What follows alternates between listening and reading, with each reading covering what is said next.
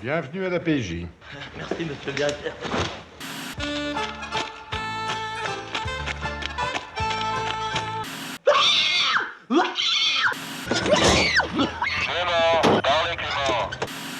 Coucou, me revoilà mon Michelou.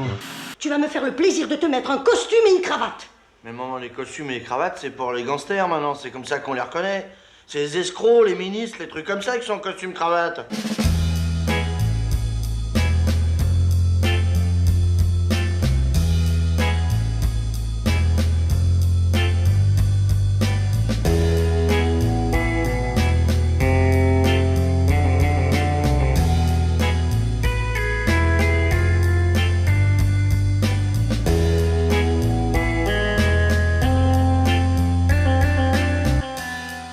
Bonjour et bienvenue dans Kinopod, le podcast grand écran. Je suis votre hôte, l'inspecteur Jean Weber, et mes flics de choc sont... Inspecteur Domenech. Kinopolis, ouvrez. Inspecteur Kélif de la brigade du rire. Mais maman, les cravates et les costards, c'est pour les podcasteurs maintenant. Et aujourd'hui, tout ce que vous avez toujours voulu savoir sur Inspecteur la bavure 1980 réalisé par Claude Zidi, sans jamais oser le demander. Ravi de vous retrouver mes cinébuddies, on ne change pas une équipe qui gagne, une équipe de flics qui gagne. Jeff, petite tronche et gros bras, rien dans la tête, tout dans les muscles. Et Atman, podcasteur d'élite, de retour à la demande générale et dont on ne peut plus se passer. Merci Atman d'être revenu aussi vite ce coup-ci. Il y a eu un bis, merci. Une fois de plus, tu as choisi le film comme l'aile ou la cuisse la dernière fois, donc on continue notre odyssée dans la filmographie de Coluche. Et c'est formidable. Mais très Coluche. Coluche, Claude Zidi, presque aujourd'hui l'anniversaire du lancement des Restos du Cœur. Les 40 ans presque. Donc c'est pas mal qu'on reste sur Coluche. Voilà. Petit cadeau de Noël. On approfondisse avec toi, Jeff, aussi, qui connaît bien le dossier. Mais avant que nous ne réouvrions ensemble le dossier, un rappel qui a son importance. N'oubliez pas de liker et de souscrire à la chaîne Abracadapod sur YouTube, avec toutes les semaines une nouvelle merveille du maestro Romain Lénoff, son Katia Lazareva. Et maintenant, avant qu'Atman ne sorte les bottins pour le passage à tabac, Tu vois. Ni vu, ni connu. Jeff nous résume le film. Le fameux pitch, comme si nous étions un gros producteur belge une fois, dans un ascenseur, entre deux étages. Oh, Antoine, c'est moi Clément. Fils d'un héros de la police, abattu par Pierrot le Fou, Michel Clément est encouragé par sa mère à suivre les traces de son illustre père. Il obtient de justesse son diplôme d'inspecteur de police, par indulgence du jury, Le petit a réussi à son examen. et se retrouve stagiaire à la police judiciaire. Bienvenue parmi nous. Sa maladresse va lui causer de nombreux problèmes, mais malgré cela, il rêve secrètement d'arrêter l'ennemi public numéro 1, l'impitoyable Roger Morzini. Alors tu crois qu'un calibre, ça suffira? Si on veut, on pourrait le faire avec des fléchettes. Celui-ci, trouvant son visage bien trop connu, subit une opération de chirurgie esthétique en s'inspirant du visage de l'acteur Gérard Depardieu. Une journaliste ambitieuse, Marianne Prossan, fille d'un magnat de la presse, provoque Morzini et réclame une interview de lui, ce qui lui vaut d'être mis sous protection policière. Michel Clément assurera officiellement cette tâche, Il y a une deuxième sortie dans la rue d'à côté. Faut apprendre votre métier, mon petit bonhomme. alors qu'en parallèle, des policiers bien plus compétents attendent que Morzini s'attaque à elle pour le mettre hors d'état de nuire. Dis donc, t'as vraiment cru que je me prenais pour Morzini, hein? Bravo mon pitchounet, Jeff a encore frappé, et maintenant, Atman ouvre l'enquête et nous ramène sur les lieux du crime avec la genèse du classique de Claude Zidi. Rendez-vous, vous êtes cerné. Bonjour bistrot moins, allez vas-y. Bravo, Jeff, parce que tu as fait une ouverture pour pas tout révéler. C'est magnifique. Alors, la genèse de l'inspecteur la bavure, elle est assez simple et compliquée. On est à la fin des années 70 et Zidi sort d'un beat qui s'appelle Bête mais discipliné avec notre ami Jacques Villeray. Ah, dis donc, ça a l'air d'aller mieux. À toi le service. Le film ne marche pas. La collaboration Fechner-Zidi se coupe là, net. Et pour continuer à récupérer un peu de pognon, parce qu'il faut bien bouffer, Claude Zidi se lance tout seul dans la production, en montant une boîte qui s'appelle Film 7. Et il commence à tourner, à préparer les sous-doués, passe le bac. Film qui va tourner pendant le printemps 79. Entre-temps, Claude Berry, qui s'empêtre encore dans la sortie de test, appelle Closidi et lui dit, viens, on va à Rugazan, Coluche a une idée de film. Alors, Berry et Zidi vont Rugazan et Coluche leur dit, voilà, j'ai une idée de film, ça serait un film un peu comme moi, hein, voilà, un peu gros, un peu maladroit, qui avec sa bagnole percuterait la bagnole de l'ennemi public numéro un. Voilà, et donc Zidi et Berry disent, et après, avec son humour, Coluche dit, moi j'ai que ça, hein. Bon, alors, ça tombe quand même pas dans l'oreille d'un sourd. Il se dit, on peut quand même développer en prenant tous les poncifs de ce qui arrive dans la police, c'est-à-dire interrogatoire, filature, poursuite, tout ça, pour faire un vrai costume de Coluche qui a vraiment besoin de faire du cinéma parce qu'il sort d'un bide, lui aussi, vous n'aurez pas l'Alsace et la Lorraine. Mais qui, quand même, il triomphe tous les soirs au gymnase. On est en 80, voilà, et il est le Coluche qui a vraiment trouvé son clown. Donc, un beau film, bon méchant, on va chercher un bon méchant. Jean-Louis Lévy a l'idée d'amener Gérard Depardieu. Et en l'air. Enfin, ceux qui peuvent. Gérard Depardieu qui n'a pas encore fait des films de grande comédie. Il a fait des films un peu subversifs, un peu drôles comme Les Valseuils, mais il n'a pas fait de vraies comédies assumées populaires. Qui vont après plus tard La Chèvre ou Les Fugitifs, tout ça et tout. Donc, il accepte, alors qu'il tourne quand même Danton, Le Dernier Métro, il accepte de venir faire le con chez Zidi. Morzini. Roger Morzini. Lui-même. Où es-tu? Bientôt près de vous, ça vous permettra de vérifier, ma poulette. Ah. Et il va faire une espèce de grande composition d'un ennemi public numéro un peu calqué sur Mesrine, évidemment. Le film se tourne rapidement, pendant l'été 80, pour sortir pour les fêtes en décembre 80 toujours. Et c'est un succès. Ce qui permet d'ailleurs à Closidi de faire quand même un énorme record, c'est de sortir 2 films différents, c'est-à-dire pas de suite, hein, c'est pas Jean de Fleurette ou Manon Desautres, 2 films différents qui vont faire chacun quand même plus de 3,5 millions d'entrées. En avril avec Les Soudoués et en hiver avec L'Inspecteur Blab. C'est un triomphe, le film installe définitivement Coluche à la place où il doit être, numéro 1 du box-office français. Titre qui commémorera, qui réitérera avec Banzai, 2 heures moins le quart avant Jésus-Christ, et même Indigeste, c'est pas à plume. Rivalisant en même temps avec Pierre Richard qui s'installe chez Francis Weber avec ses duos, et laissant aussi De Funès finir sa carrière chez Fechner avec La Soupe aux choux et L'Avare et surtout Les Gendarmes. Voilà. Belmondo, il faisait quoi? Il faisait du croquet au box-office? C'est formidable. Il a retrouvé la pêche. Mais qu'est-ce que vous attendez pour embarquer ce dingue? Au papier, vous. Hein? Non, je parle vraiment dans les grosses comédies parce qu'après Et Las Desas, c'est quoi? C'est un drame? Oui, Monsieur, Belmondo, je le mets. Belmondo, il a alterné. Je parle des 3 autres n'ont jamais fait. Belmondo, quand il fait le professionnel. Voilà. Non, mais et en plus, je sais que Belmondo, moi, j'y touche pas parce que c'est ton. Bon, voilà ce que je peux dire sur la genèse assez rapide de C'est très intéressant. Hein. Merci Atman. C'est vrai que c'est un moment charnière de l'histoire du cinéma. C'est des passages de flambeau de génération à génération. Moi, ce qui m'intéresse, c'est le passage d'un médium à l'autre, Jeff, qui est le passage à la bande dessinée. Tu peux nous parler un peu du travail de Cabu, Wolinski et Didier Conrad, c'est ça? Bien sûr. Voici la fameuse bande dessinée. Magnifique. Ah oui, Ouais. ça c'est. Il y a la relique. Hein, tout le monde est là, hein, Cabu, Wolinski, etc. Et la bande dessinée, en fait, est tirée du scénario, ce qui fait qu'il y a des trucs qu'ils ont sûrement pris dans le scénario du film qui n'ont pas été dans le film à l'arrivée. Et donc, j'ai noté quelques petits trucs pour les fans du film. Cool. Il y a quelques petites scènes qui ont été. Et il y a même un clin d'œil au grand Francis Weber, vous allez le voir tout à l'heure. Donc, à un moment donné, quand Dominique Lavallant veut faire son stage, veut aller interviewer, veut rentrer dans la police, etc., Oh là là, les enfants, Odette, les enfants. son père, François Perrault, Passez-moi à l'intérieur. téléphone au ministre de l'Intérieur. Bureau du ministre. Et ils discutent entre eux. Donc ça, c'est dans la bande dessinée. Il fait, ah, mais je t'ai pas vu à la chasse l'autre jour. Il fait, non, il n'y a plus rien à tirer actuellement, à part les écolos. Et encore, ils courent plus vite que les faisans. Donc déjà, ils mettent une balle perdue aux écolos. Il y a, dans le sous-marin, tu sais, quand ils sont dans le sous-marin, il y a la caméra de vidéosurveillance. Ils sont là, ils essaient de trouver Morzini. Il y a forcément des gens qu'on recherche là-dedans. Vous pensez à quelqu'un comme Morzini? Non, quand même pas, faut pas rêver, hein. À un moment donné, le personnage de Coluche dit, j'en ai marre de regarder la télé, ce que je peux voir dans la rue.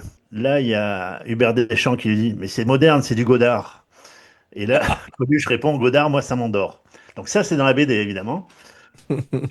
Et à un moment donné, il fait, tu te rappelles quand il s'enlève les pansements de Pardieu, et que le gars lui dit, votre mère vous reconnaîtrait pas. Comme même si tu m'avais fait la tête de Frankenstein, elle me reconnaîtrait, ma mère, t'as compris? Et dans la bande dessinée, il fait, c'est même si tu m'as fait la gueule de Jacques Médecin. Donc c'est encore politisé, parce que c'était l'ancien maire de Nice, qui était plutôt L'ancien maire de Nice, oui. Voilà. Depardieu, quand il est, tu sais, quand il est sur la tour Eiffel, il surveille d'en haut, il prend la pièce d'un Chinois, il lui met dedans. Et dans la bande dessinée, il fait c'est bon, dégage, je te fais pas chier, on vient pas visiter ta muraille de Chine. En gros, il lui dit rentre chez toi. Et, et à un moment donné, quand il dit, il faut aussi un clin d'œil à la filmographie de Depardieu. Il lui dit, il faut une gueule. Il faut une gueule, tu sais, quand on est ennemi public numéro 1, c'est ce qu'il dit à Coluche, etc. Dis donc, tout le monde peut pas être ennemi public numéro 1. Hein. Il faut une gueule, un physique. On a sa photo accrochée sur tous les murs comme une star. Et Coluche lui répond, vous, les écrivains, vous prenez vraiment pour vos personnages, hein, comme Marguerite Duras dans Le Camion. C'est trop bien. Ça, Un c'est clin drôle. d'œil à Depardieu. Tout ça, c'est dans la bande dessinée. Je pense que Zidi l'a écrit, qu'ils n'ont pas osé le mettre dans le film à l'arrivée. C'est T'es vrai. sûr, que c'est pas des Cody Savane, c'est très humour Charlie Hebdo, j'ai Cody Ouais, Savane. alors soit c'est eux qui l'ont rajouté, je sais pas. En tout cas, comme le bouquin d'après le film, donc je pense qu'ils ont eu le scénario de Zidi. Et à un moment donné, tu parlais d'un truc, c'est où c'est que vous l'avez trouvé celui-là? Où tu l'as trouvé, celui-là? Il n'y a pas de réponse. Et dans la bande dessinée, il y a au rayon jouet à la Samaritaine. Je veux ça. Oui, oh, mais ne t'énerve pas, mon chéri. C'est un clin d'œil forcément à Pierre Richard, qui n'a pas voulu jouer l'aile cuisse pour aller dans le jouet, où on le trouve au rayon jouet de la Samaritaine. Donc je pense que c'est un petit clin d'œil au rayon C'est très jouet. possible, ouais. Voilà.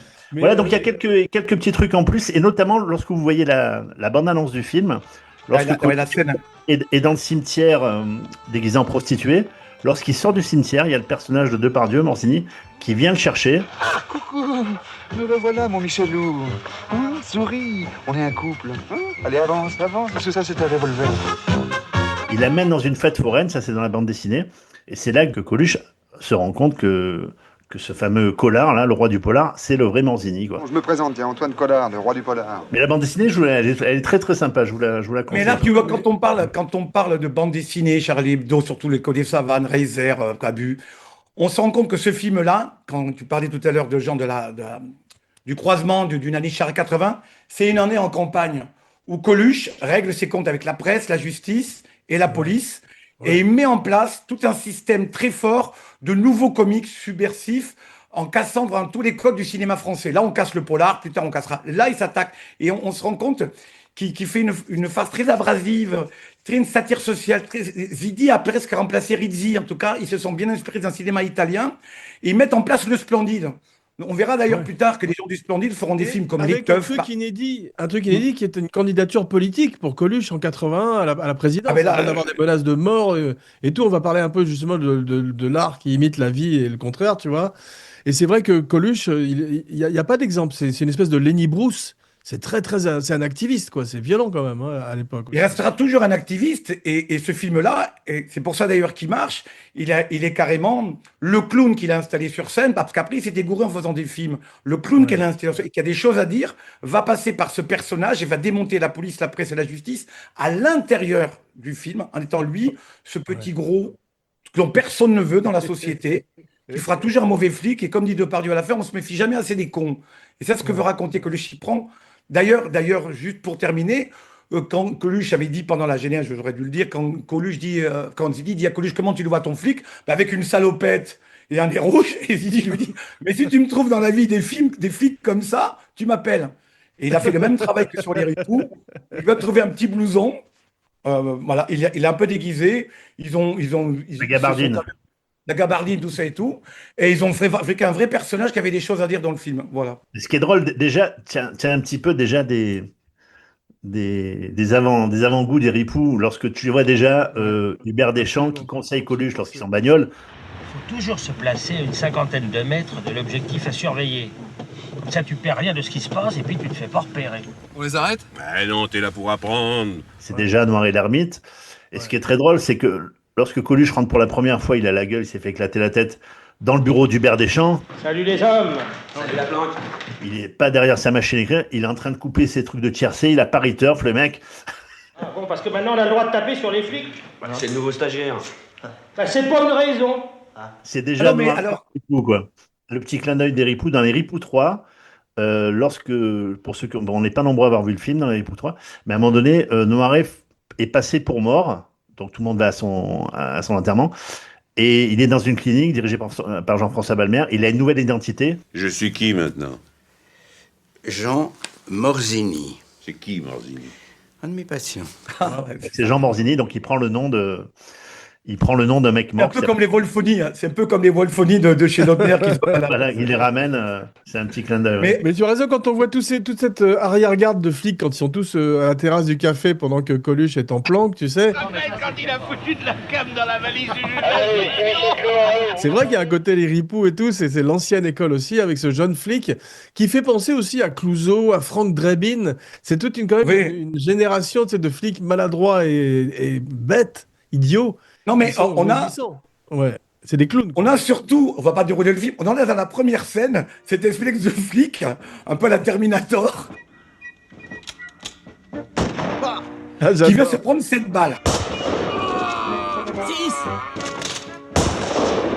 7 Allons-y. Il y a la même scène, il y a la même scène dans The Enforcer, dans l'inspecteur Harry, le 3e, où John Mitchum dit on attend Callahan. Là, on attend Michel Clément. Le mec se prend 7 bastos. Un véritable héros. Il en est mort, ce con. Il meurt comme un héros, con pour la nation, avec son fils qu'ils ont trouvé, qui ressemble à l'enfant du cobu, à qui on dit tu seras un flic, mon fils. Tu seras un flic, mon fils. Oui, papa. On est presque dans les sketchs de Coluche qui dit Gérard, voilà, moi j'ai fait la guerre. Et on tombe sur plein de flics qui ne font que picoler, parce que même dans l'interrogatoire, Guillaumard se tape des whisky. Ouais. C'est que des flics issus de la rue Lauriston pendant la guerre qui sont vachement. Mais enfin, c'est une caricature de la police. Moi, je sais pas, mais les mecs. Atman, au début, lui, c'est une espèce de Terminator beauf, t'as vu, parce qu'il prend plein de balles, il continue à le mec, il s'en prend. Non, mais. Tu te rappelles.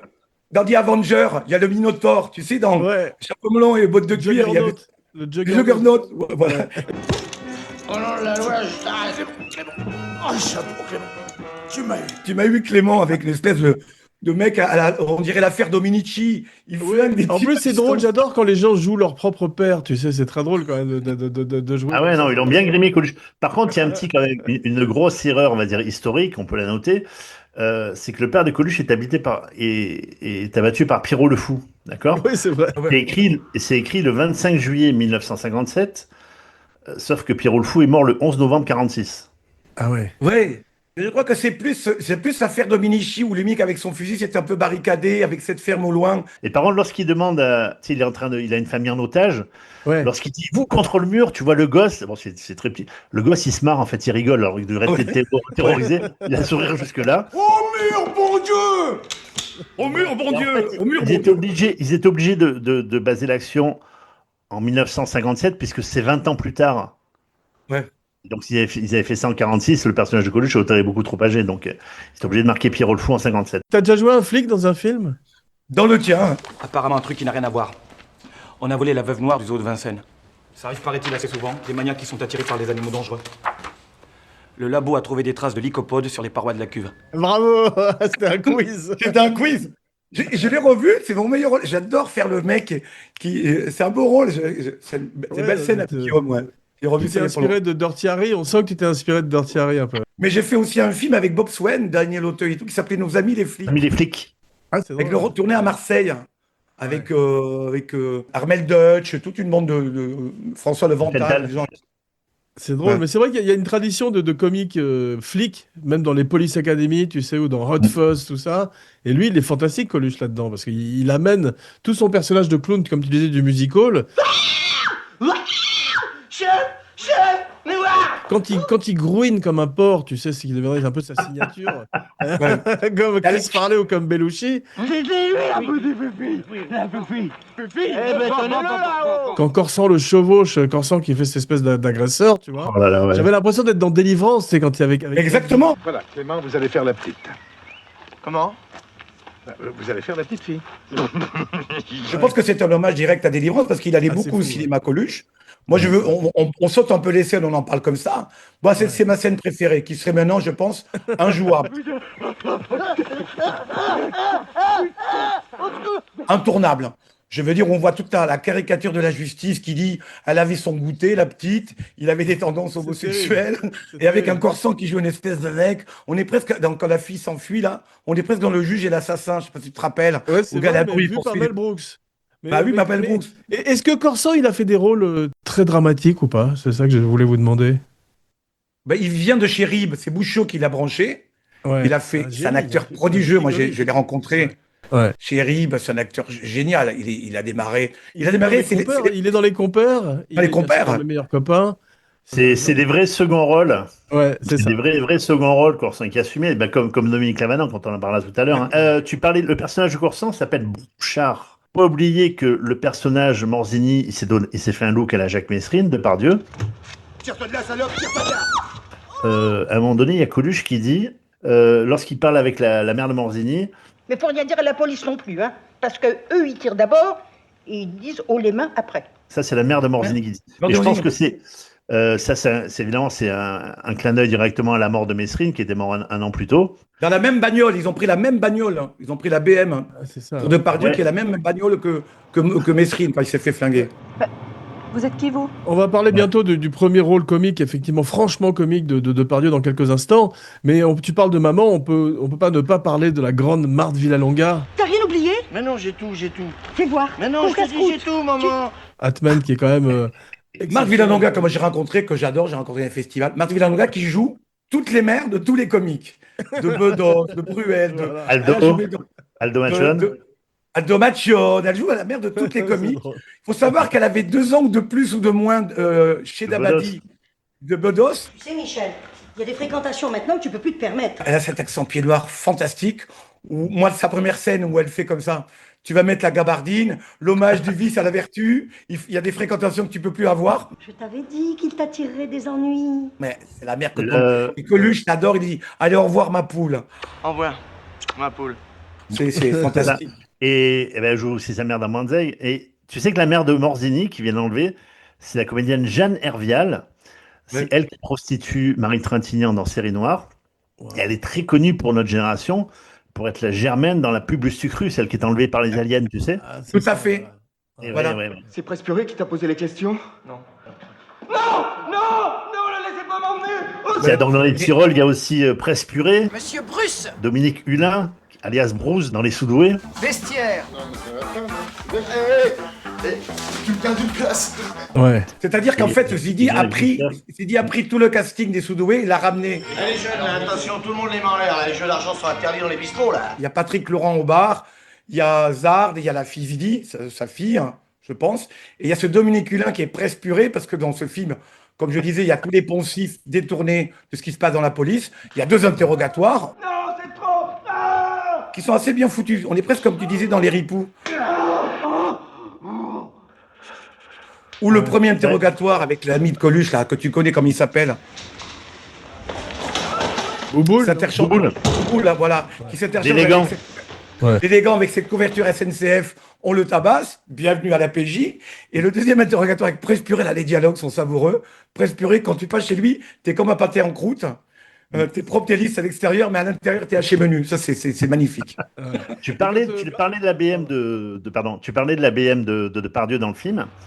Alors, je regarde toujours les petits détails. La plaque de la BMW de Depardieu, c'est 139 BZF.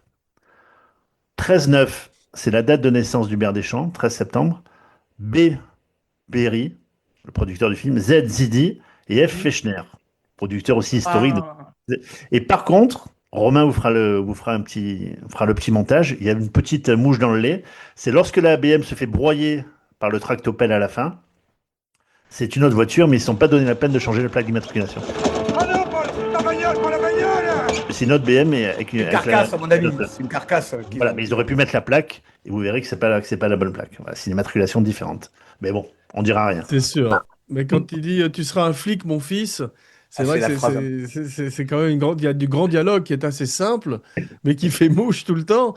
Et Coluche compense une palette au début un petit peu limitée, parce qu'il est en début de carrière quand même, c'est la première fois qu'il est vraiment un lead, par une extraordinaire présence, comme tu disais, de gros bouffons comiques qui n'a pas. Il arrive avec son clown, il arrive avec cette faconde qu'il a sur scène, de cette action populaire, un peu nasillarde, de garagiste, et en même temps, ces pieds sautillants en dedans qui montrent vraiment. Et tout le monde se dit, mais quand à un moment donné, Prossan, il dit, bah, vous savez qu'il y a une tombe dans la police, et que Lavanant dit, bah, c'est sûrement pas le flic avec qui je vis. Et c'est génial parce qu'on est presque. Les Américains font ça avec Eddie Murphy, qui lui installe le black qu'on veut pas à Beverly Hills. Et lui, déjà, dans le titre, l'inspecteur de la bavure, on sait que c'est comme il dit très bien, d'ailleurs Alain Motet dans une scène qui joue le préfet, vous devez avoir chez vous des tireurs de fêtes foraines ou des mecs au bord de la retraite, c'est des flics comme ça qu'on veut. Et là, il y a une dénonciation, comme disait pour la mère, c'est vraiment un règlement de compte de police. T'as vu comme c'est cartoon quand même, comme il met le costard de son père et qu'il y a les trous de balles. Il y a les trous dedans. Le costard, ils sont toujours là. Il y a les trous avec les trucs. Le coyote quand même, tu sais. Tout de suite. Ouais, salut. Zidi commence à aller vers les ripoux, c'est un peu le brouillon des ripoux. Il y a beaucoup de scènes de situation qui peuvent être assez crédibles. La scène des haut-parleurs avec les déménageurs. Ça, c'est une histoire vraie. C'était des déménageurs qui avaient déménagé 3 pianos Steinway immenses à la SFP. En disant, on vient chercher 3 pianos. Les mecs, ils les ont chargés. Ils se sont tirés chez des carpentiers. C'est une histoire vraie, ça. Patron, j'ai l'impression qu'ils se doutent de quelque chose. Ils regardent vers moi. Patron, ils m'ont repéré. L'histoire de l'interrogatoire avec la bonne conclusion, bienvenue à la PJ. C'est pour ça que c'est comme les ripoux, c'est très il y a une partie journalistique qui fait vrai, je trouve. Ouais. Là, il a installé vraiment un comique de situation. Bon, après, la poursuite en bagnole avec les Sim Camille, c'est vrai. Mais qu'est-ce qu'il faut, Chautron? C'est des Blues Brothers, ça. Hein. Ah ouais. Et au début du film, tu sais, quand Coluche il pense qu'il va être recalé, là, il est là dans l'amphithéâtre, je me suis intéressé au nom qu'ils avaient écrit, au nom des futurs flics. Il y a un qui s'appelle Berthier déjà. Berthier n'a rien. Il y a un nom Jory, c'est la costumière. Maigret, c'est le directeur de prod. Decaé, c'était le chef-op. Ouais. Notamment la moutarde de Bonbontonnet aussi. Donc ils ont mis des petits noms comme ça de gens qui étaient techniciens sur le film pour remplir le tableau. Il y a une scène aussi que tu pourrais plus faire. À un moment donné, quand la Manon dit « je suis journaliste ». Je suis journaliste, oui. Elle se prend une claque dans la gueule. Monsieur, vos hommes m'ont frappé, c'est un scandale. Vous voyez bien que nous ne sommes pas fréquentables. Non justifié. Bon, de toute façon, il n'y a pas de justification pour mettre une gifle à une femme. Mais ça passe normal, quoi. Bon, après, c'était l'époque. Justement, on est dans la caricature, on est dans les sketchs de Coluche, parce qu'il y a beaucoup de pattes de Coluche. Tiens, pour en revenir à la scène de... Il est désœuvré, Coluche, il attend même pas d'être... il a été recalé, il le sent. Et là, il joue des trucs assez finement. On voit déjà du Thierry Pantin qui se pointe. Et d'ailleurs... les scènes qu'il a avec Depardieu, c'est presque un buddy movie. Il y a une tendresse entre eux. Il y a Anconina aussi, donc c'est presque. Oui, il y a Anconina qui est déjà là. Qui est déjà là. Des scènes, ouais. Mais maintenant, je suis dans la police. GG, t'en fais sauter, s'il te plaît. Non, j'ai pas le temps, j'ai pas soif, j'ai déjà bu au cimetière et tout, je me casse. Je disais que Depardieu n'était pas très copain à ce moment-là avec Coluche, sorti du café de la gare, c'était pas très bien entendu. Et ils n'ont plus jamais retourné ensemble, ils se sont revus chez eux, ils ont fait la fête, ils sont allés chez Polak. Et là, tu sens les premières scènes, la scène au terrain de boule, la scène dans l'appartement où il fait le gigot, il y a une vraie tendresse entre eux. Ah, mais dis donc, toi, là, dis donc. Tu serais pas un petit peu amoureux, toi, là? Non? T'es fou, lui. Et quoi? On aurait pu croire même d'ailleurs, il le rejoint après, derrière, tu vois, le voyou. Mais on à peut la parler fin. un peu, c'est intéressant ce que tu dis, Atman, parce qu'on peut parler un peu justement de l'incursion de Depardieu dans la comédie, parce qu'il est pas très à l'aise. Autant Coluche est mal à l'aise, mais ça sert son personnage de rookie, tu vois. Ouais. Autant Depardieu est formidable quand il a ce que tu appelles cette espèce de bromance, tu vois, où tout d'un coup il a cette espèce d'histoire d'amitié avec Coluche. Ça, ils sont très très bons tous les deux. Ça, il le joue très bien. Ouais. Mais quand Depardieu est pas dirigé par Zidi et qui est un peu en roue libre dans la comédie, il n'est pas en situation et il n'est pas aussi à l'aise que Coluche qui est un vrai clown, je trouve. Mais c'est le choix de comment tu te diriges. L'autre, il essaie qu'en étant empâté et gros, et ça va suivre. Depardieu nous fait des gros yeux, fait une espèce de caricature de Morzini, même à la Cyrano. Et quand il est plus doux, il est plus dans le choix des armes et dans le dernier métro. Faut gueuler là-dedans, je tire moi. Arrêtez, j'ai dit je tire. Attention, arrêtez. Oh merde, non encore, mais enfin, oh. Oui, tu disais Jeff. C'est beau, t'as vu quand il se transforme tout d'un coup après son opération de chirurgie esthétique où il se transforme en Gérard Depardieu, comme tu disais. Et surtout, quand il choisit. Attends, laisse-moi finir. Il m'a fait penser à De Niro dans Cape Fear, tu sais, quand il est dans le théâtre avec la petite, avec sa chemise Lacoste et qui s'est mis ses cheveux en arrière, il est tout beau. Depardieu est devenu d'un coup élégant et il est devenu campana, bizarrement. C'est Nicolas Cage dans Volte-Face, quand il a ses mandales.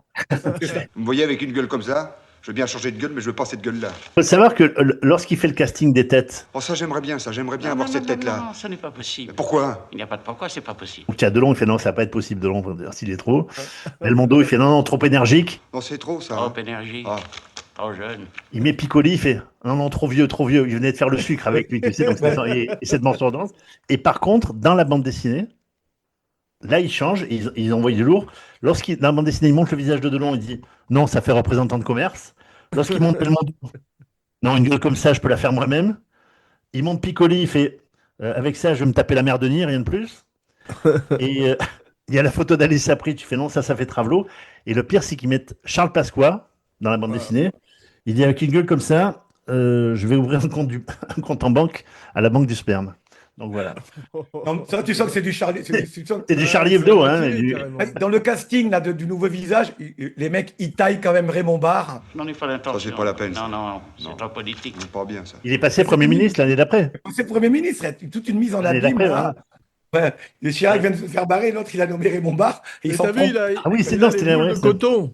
Jeff, on voit Hein d'ailleurs sur l'affiche, quand il est en Morzini, il a les mêmes boules de coton que Brando dans Le Parrain. Que Brando Et c'est dans le vraiment Parrain, ouais. Oui, je me vois bien en Marlon Brando. sa tête de Car il le bulldog. refait. Ouais, Il le refait quand dans la cuisine, quand il se met la moustache. D'ailleurs, c'est ça. on est encore dans le truc d'avant où le mec, on te montre l'ennemi public numéro 1 devant toi et toi, tu le reconnais pas. T'as Coluche. Tu ressembles à Morzini. C'est pour rien. D'ailleurs, quand tu lui dis Collard, le roi du polar, en bon flic, il vérifie pas, quoi, le mec. Il va lui donner les clés, les codes. Ben, ou le titre du film, hein, la bavure. Hein. Et d'ailleurs, dans cette scène-là, tu parlais de cette scène du gigot, il y a un petit clin d'œil au Saint-Jean-d'Hiver. Il dit un gigot sans ail, c'est fade. Dis donc, tu devrais mettre un petit peu d'ail dans le gigot, là, parce que gigot sans ail, c'est fade. Et dans le Saint-Jean-d'Hiver, une paella sans coquillage, c'est comme un gigot sans ail. Une paella sans coquillage, un gigot sans ail, un escroc sans rosette, quelque chose qui déplaît à Dieu. Et à ce propos, ça n'a pas été tourné en studio, c'était des vrais appartements. Et c'est Voilà, C'était Pierre Grunstein qui était là, qui a fait un petit peu, donc directeur de prod, quelques repérages. Et il va dans un appartement et il demande au locataire de l'appartement, voilà, on va avoir besoin pour tant de jours. Et ils avaient une seule exigence, les parents, c'est que leur gamin, qui était un adolescent, puisse assister au tournage. Il n'y a pas de souci. Donc, ce gamin était là. Et Pierre Grunstein, on lui téléphone, une attachée de presse très, très en vogue à Paris, pour lui dire qu'il y a un ami américain de Gérard Depardieu qui aimerait bien venir sur le tournage. Non, c'est pas possible, etc. Et lorsqu'elle annonce le nom, Grunstein n'en revient pas. Il dit, non, mais il n'y a pas bien dans cet appartement tout pourri, c'est tout petit, exigu. Il fait, si, il n'y a pas de problème. Et débarque sur le plateau John Travolta. Parce qu'il venait je crois que Depardieu le doublait à ce moment-là sur Blowout, ils étaient très amis. D'abord un verre, ensuite chez moi, maintenant le motel. Bah dis donc, on grille tous les feux rouges ce soir, hein? Et le gamin, bon, on voit Depardieu Coluche, il est content. Et là, il voit débarquer la star, en fait, c'est une star planétaire à l'époque, hein, de la fête du samedi soir dans son salon. Il était fou, le petit, pareil, il était en folie. Il sautait dans tous les sens. Il y a Travolta chez moi. Quand je racontais ça le lendemain à l'école, personne ne va me croire, quoi. Il y a Travolta. Coluche, Depardieu, Travolta, c'est pas mal quand même. Ah non, donc, voilà, c'était une petite anecdote. Travolta qui est venu sur Inspecteur la bavure, quoi. On fait des petits sauts comme ça. Moi, je voulais juste te dire, parce que ça nous faisait rire à l'époque, les gens ne peuvent pas comprendre, mais la première attaque de Morzini, quand il dit dans la série Apprenons à vivre ensemble. Dans la série Apprenons à vivre ensemble, les handicapés aussi ont droit à leur hold-up. À l'époque, à la télévision, dans les années 80, il y avait une espèce de pub préventive pour aider les handicapés qui commençait Apprenons à vivre ensemble. Donc, il y avait une petite vieille pas une petite vieille, mais on faisait traverser quelqu'un qui était handicapé ou quelqu'un qui était aveugle ou quelqu'un qui était sourd. Bon les mecs, je vous l'avais dit que c'était un bon coup, hein? T'as raison que c'est un coup. Et c'était une pub qui passait mais en boucle, comme une pub de prévention pour le sida ou autre chose.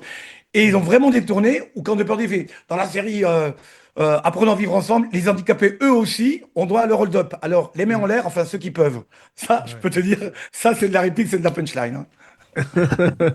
Le personnage de Lavanant est assez intéressant. C'est vrai que c'est une actrice qui a eu un seul premier rôle dans sa carrière en tant qu'actrice au cinéma, mais je trouve que son personnage m'a fait penser un peu à Lois Lane. Écoutez, je mets au défi Roger Morzini, s'il m'écoute, de me rencontrer, de m'accorder une interview. Qui veut choper l'interview de Superman, absolument, de Morzini.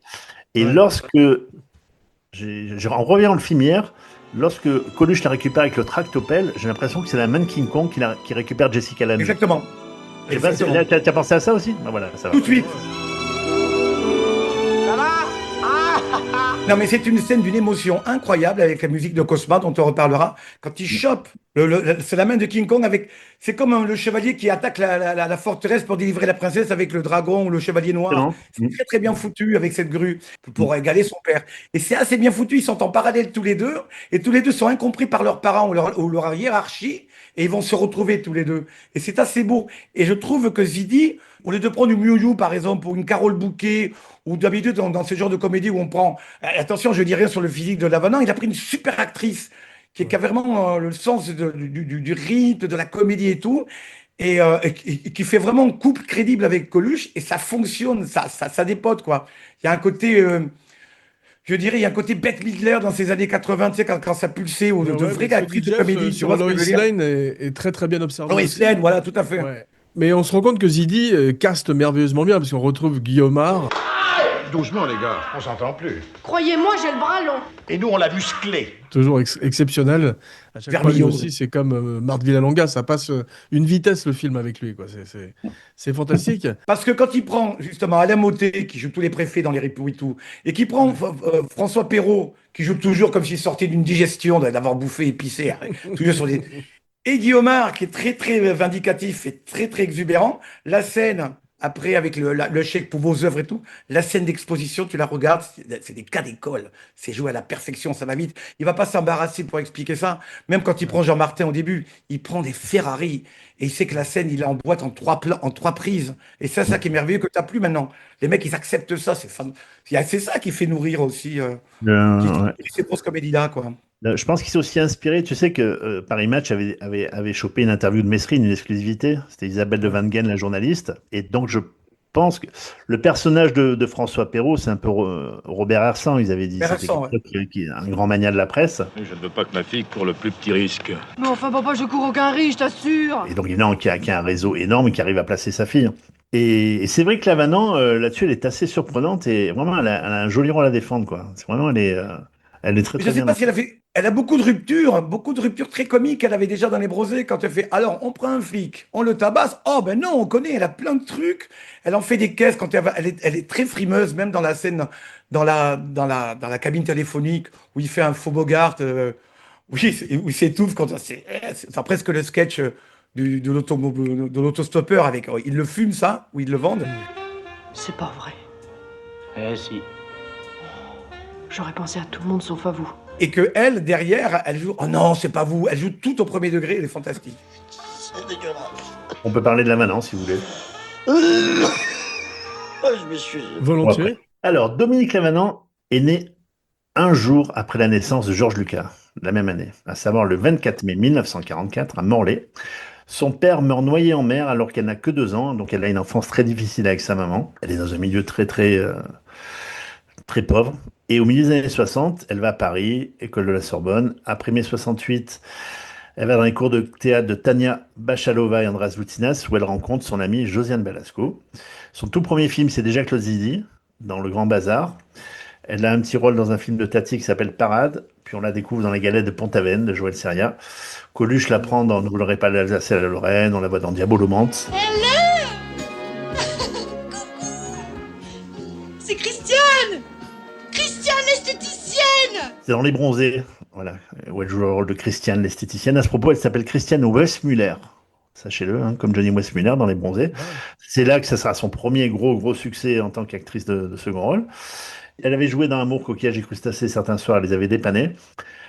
Elle fera la suite Les Bronzés font du ski. Et vraiment, c'est au début des années 80, elle fait 30 films en 8 ou 9 ans, entre 80 et 89. À chaque fois des seconds rôles. Elle a fait une fois un premier rôle, malheureusement, dans un film qui est assez raté, qui s'appelle Le Léopard avec Claude Brasseur. Oui, ben, elle a quand même pas piffé de la résistance. Quand même. Oui, mais c'est un second rôle, c'est pas un rôle Elle est principal. présente, hein, là, c'est la mère Bourdelle. Hein. Non, elle est quand même là. Hein. Vous me gênez, général. Et vous êtes très jolie. Oh, je vous en prie.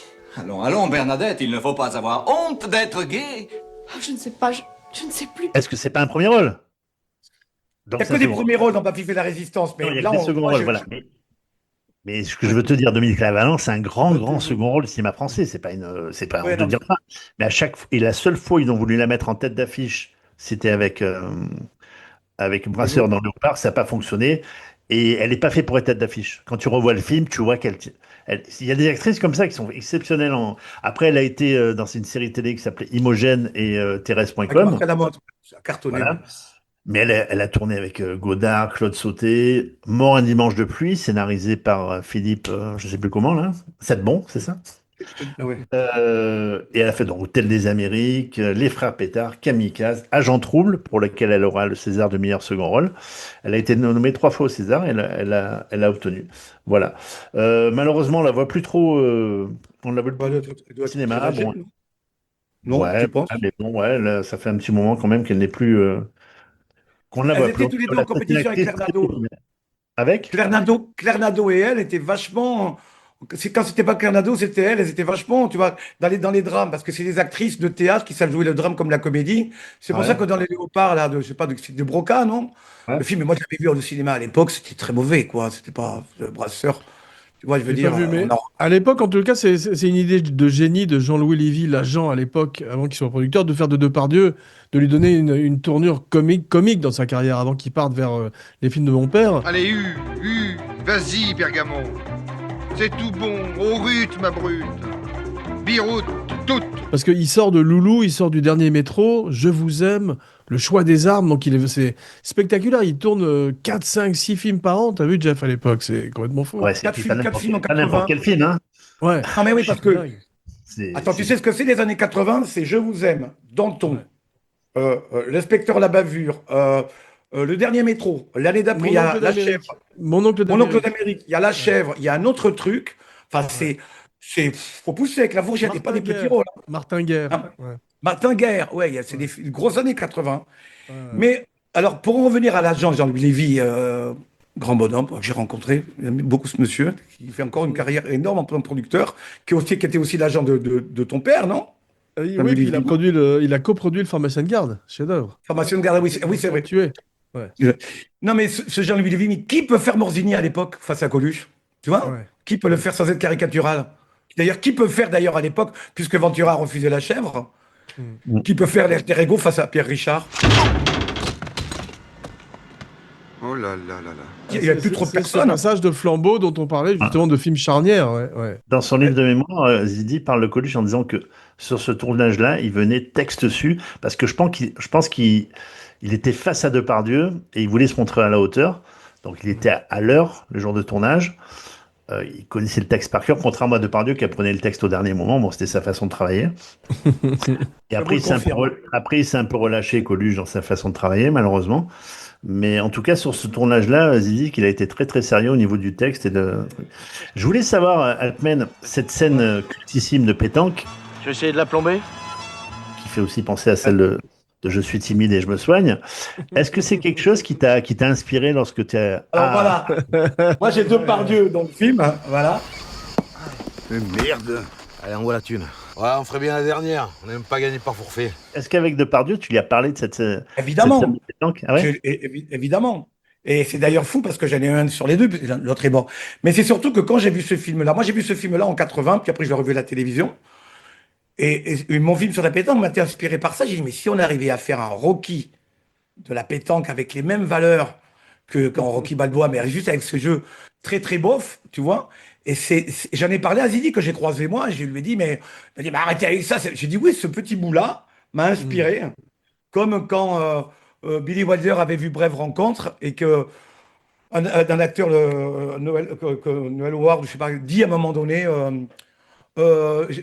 quelqu'un m'a prêté cette chambre pour aller avec la fille. Et Billy Wilder avait dit, il faut raconter l'histoire du mec qui prête la chambre. Donc il avait fait la garçonnière. Moi, j'ai isolé ce moment-là de l'inspecteur la bavure pour dire, mais ça serait génial. D'ailleurs, il y a une complicité énorme, il y a une vraie tendresse. Mais on voit bien que dans le film, c'est très très mal filmé. On voit pas les points, on voit pas les trucs. Tu vois, c'est hyper compliqué. Mais quand il dit, j'écris un roman policier dans le milieu des boules. Oui, j'écris en ce moment un roman policier, là. Ça se passe justement dans les milieux de la boule. Moi, je voudrais bien le lire. Antoine Collard, le roi du polar. Antoine Collard, le roi du polar. Avec Coluche qui plonge. Mais qui plonge. Avec Ah ouais, le mec. qui lui donne toutes les infos, Coluche. T'as 59 secondes pour téléphoner. À la 60e seconde, tu peux être opéré sur la table d'écoute. Quoi? Si tu y es, évidemment, sur la table d'écoute. 58 L'acteur, là, il donne tous les infos, mais direct. C'est vraiment. Le mec, il a pas vu les infiltrés avec Scorsese. Hein. Le mec, il a plongé direct. Mon reportage commence dans une voiture banalisée, en compagnie des inspecteurs Vatrin et Clément. Ce sont ce qu'on appelle des obscurs, c'est-à-dire des petits flicards qui n'atteindront jamais la direction de la PJ. C'est bien écrit, tu vois, comme Comme quand la Vanon, elle dit à un moment donné, je suis dans une bagnole avec deux obscurs qui n'atteindront jamais les hauts grades. Les mecs se font insulter dans la bagnole. Ne moufte pas. Mais en fille de François Perrault, elle a un côté un peu proto Le Mercier dans Les Visiteurs, je trouve. Tu sais, Tout à fait, ouais. Fille de bonne famille comme ça et qui crée un personnage. Ah ouais, quand tu vois l'appartement, la maison qu'il a, François Perrault, au pied de la Tour Eiffel. Incroyable. Tu vois, Il est un peu comme Tricatel à un moment donné. Ils prennent le téléphone, ils ont dû faire le nombre de boulevards, ces gens-là. Ils disent oh là là, les enfants, ma chérie, passez-moi l'intérieur. Le mec, dans la même phrase, il engueule sa fille, il dit passez-moi l'intérieur. C'est maestria encore de jeu. et même pas, il se cache pour donner un chèque pour vos bonnes œuvres. Allez, tenez. Pour vos œuvres. Pour vos œuvres. Merci infiniment, monsieur Bressan. Il y a plein d'acteurs qui débutent. Il y a Boringer. C'est là les empreintes.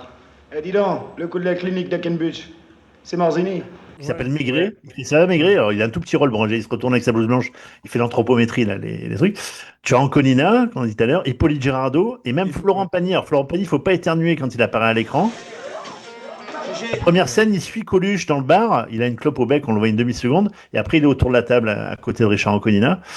Et ouais, donc ce sont plein de jeunes acteurs qui ont fait carrière derrière. Dans les seconds rôles, bon, c'est un transfuge de l'animal, mais on est sûr qu'on aura la promo chez Drucker. Il y a cette Dany Saval en antiquaire du village suisse, mais vraiment très 16e, enfin très 15e là. Ce sont des Lepage ou des Gastine Renette? Lepage. Oh, mais dites-moi, je vois que vous êtes un connaisseur. Ah oui, des Lepage et tout, mais elle est fantastique, elle est à croquer, quoi. Ils sont vraiment que les mecs qui sont venus là. Ils sont venus la truander qu'elle n'a rien pu faire. C'est génial, on est vraiment. Et tu parlais de la musique de Cosma. Effectivement, on a du ska de Cosma. C'est Cosmadness. T'as vu, c'est l'époque. Voilà. C'est très marqué quand même. 2 ans plus tard, il va refourguer la musique, tu sais, à la fin au tractopelle dans le Prix du danger. Il est très très fort pour ça, Vladimir. Et moi, j'allais discuter. Je connaissais Jean-Jacques Miclot que j'avais croisé. Il avait refait l'harmonica pour le remaster. Mais si vous écoutez bien la musique à fond, on entend presque une sirène au loin. Tu vois, c'est très travaillé par Cosma. D'ailleurs, même les scènes de poursuite, si tu écoutes bien, c'est presque du Lalo Schifrin. Mais du Lalo Schifrin à la française. Hein. Plus rien ne nous arrête. On fonce. Mais bon, tu vois, un peu Claude François, Jean-Pierre Bourter, tu vois, un peu, tu vois, la basse et les trompettes un peu. Ouais. Dans le petit clin d'œil, c'est qu'en août est sorti l'Empire contre-attaque. Ça, tu voulais le dire peut-être, Jeff? Non, vas-y. Salaud de salaud. Quand ils sont dans la camionnette en août, le 20 août sort l'Empire contre-attaque. Il y a l'affiche. Il y a l'affiche, ils sont sur les mains des Champs-Élysées et tu vois l'Empire contre-attaque qui sort, sachant qu'on peut situer le film. C'est juste que tu es observateur, Atman, à un moment donné, Coluche va montrer la photo de Morzini dans un cinéma. Il y a 2 affiches collées au mur. Lesquelles? Je me rappelle pas, non, c'est quoi? T'avais pas vu cet homme-là? Le chaînon manquant et la guerre des boutons. Vous reviendrez pas en 2e semaine. Mais je voulais dire un petit mot sur Hubert Deschamps. Bon, dis donc, on arrive chez l'antiquaire, alors je te laisse faire, mais je t'observe. Hein. Ah oui. On en parle que j'ai bien connu. On n'en parlera jamais. Magnifique. Donc, comme je disais tout à l'heure, il est né le 13 septembre 1923 à Paris. Et c'est l'acteur qui a toujours l'air vieux. Tu sais quel âge il a dans Inspecteur la Bavure? Il a 56 ans à peine. C'est incroyable. C'est comme Abe Vigoda dans Le Parrain, tu sais, c'est un des lieutenants du Parrain qui est très vieux. Ou Wimford Brimley dans Cocoon. Wimford Brimley joue tous les vieux. Quoi. Ouais. Une Cronine, tous les mecs qui sont dans Cocoon, c'est que des vioques. Jessica Dandy, elle a joué que des vioques. Ou même Morgan Freeman. Ils ont 47 ans, quoi. Ils ont l'air vieux depuis toujours. C'est ça. Et Hubert Deschamps fait son premier film en 1950. Savoir qu'il a tourné avec Laurel et Hardy, quand même, dans Atolka. Ouais. Et Le Feu Follet de Louis Malle, Les Barbouzes, Le Tatoué, Le Magnifique, l'inoubliable vendeur de trucs. On rentre pas derrière le comptoir, mon ami. Non, je m'excuse. La Gueule Ouverte, c'est son seul rôle principal, La Gueule Ouverte de Piala, qui était un four monumental.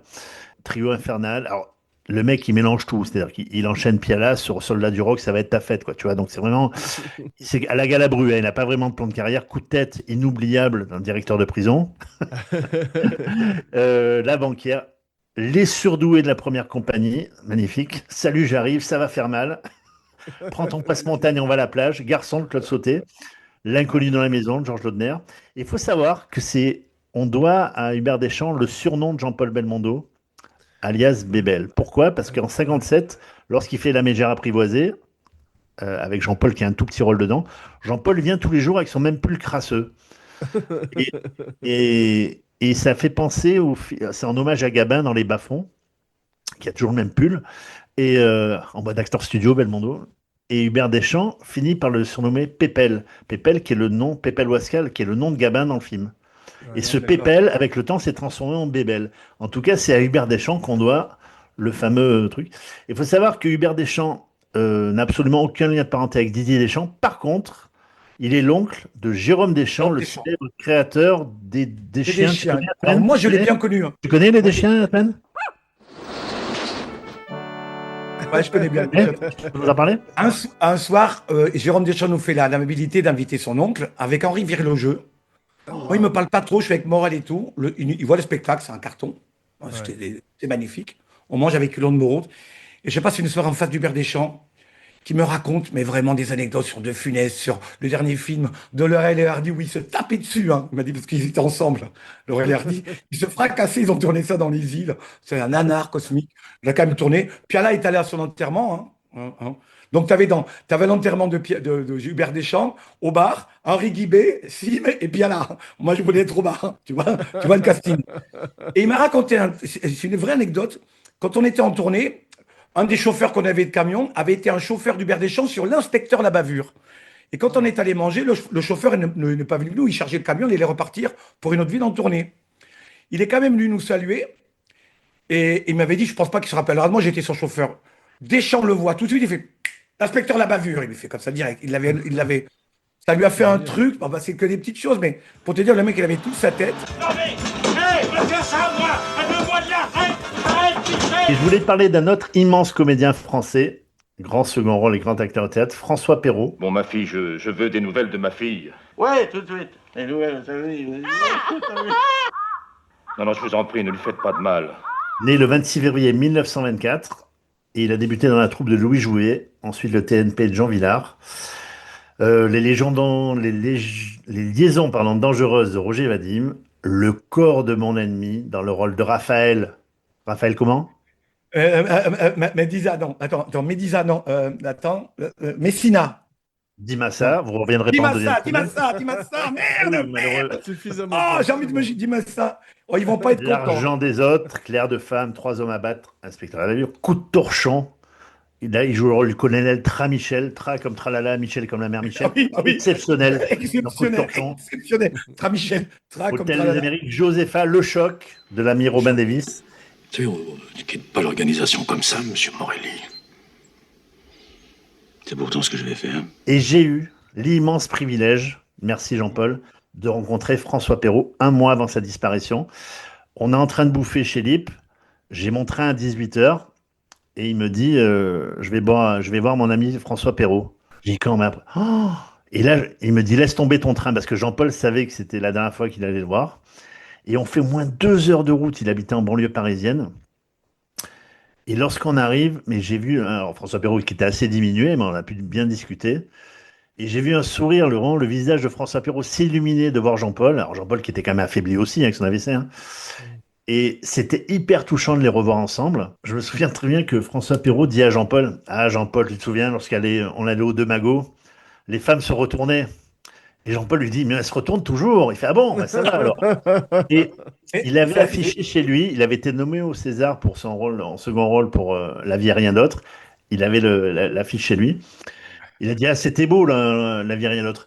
Malheureusement, quand je vais mourir, par ta faute, Jean-Paul, tu m'as fait tourner dans le Morphalou. La seule chose qu'on va retenir de toi, c'est bien la première fois qu'il fait des étincelles avec sa bite. Ouais. Ça va me suivre jusqu'à la fin de ma vie. Et malheureusement, quand je vais mourir, on va retenir ça alors que j'ai fait des films formidables. Il a été très gentil, très chaleureux avec moi. Il m'a signé des autographes, tout ça. Et malheureusement, il nous a quittés 1 semaine plus tard. Et il m'a remis son roman qui avait jamais été édité, qui s'appelle L'Henri. Et voilà, si un éditeur nous écoute, j'ai le roman de François Perrault. Et un immense acteur, grand acteur de théâtre, mais vraiment, c'est des trucs, c'est des seconds rôles qu'on n'a plus, comme on ne fait plus. Hein. C'est malheureux à dire, mais C'est pour ça qu'on est là, mais en plus, c'est des mecs qui savaient, que ce soit Coluche ou Depardieu, à cette époque-là, comme je disais la dernière fois, c'est pas des combats truqués, ils sont en face de vraiment de grosses Ferrari. Hein. Les mecs qui viennent. Moi, je veux parler de Jean Bouchot.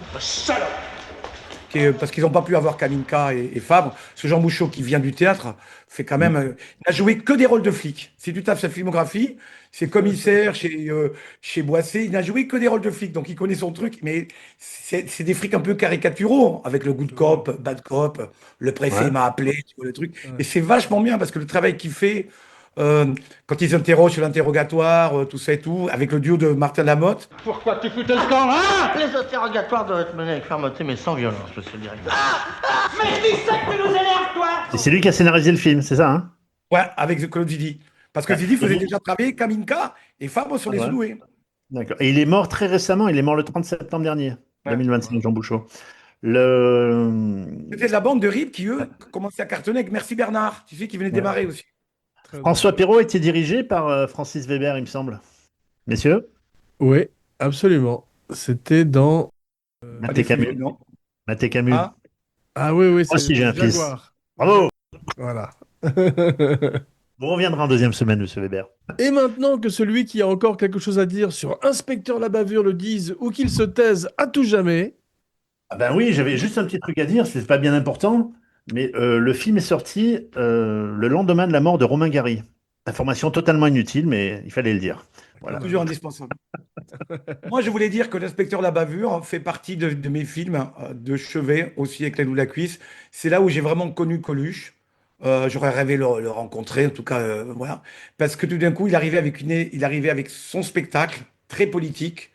Voilà, avec ce côté très satire social, ce côté, d'ailleurs, c'est pour ça que Depardieu et lui, c'est l'anti-68 art.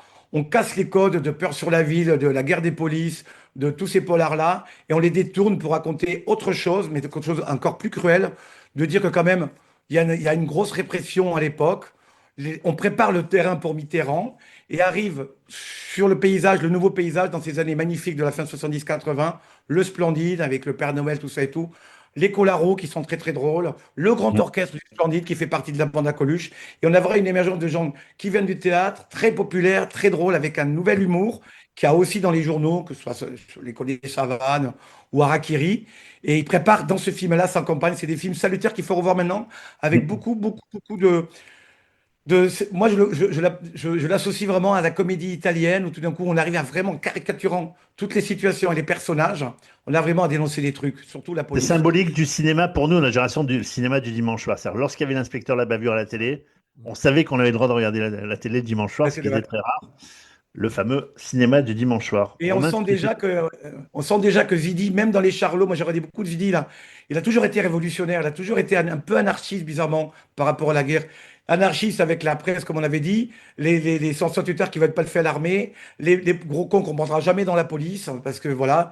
Et après les ripoux, les mecs. D'ailleurs, il l'avait dit, Coluche, quand il avait vu les ripoux, bah vieux, t'aurais pu me prendre dedans quand même. Il avait dit ça à Zidi. C'est pour ça qu'après, il va faire son dernier grand caméo chez Zidi dans Les Rois du Gag, où il meurt après plus tard. Voilà.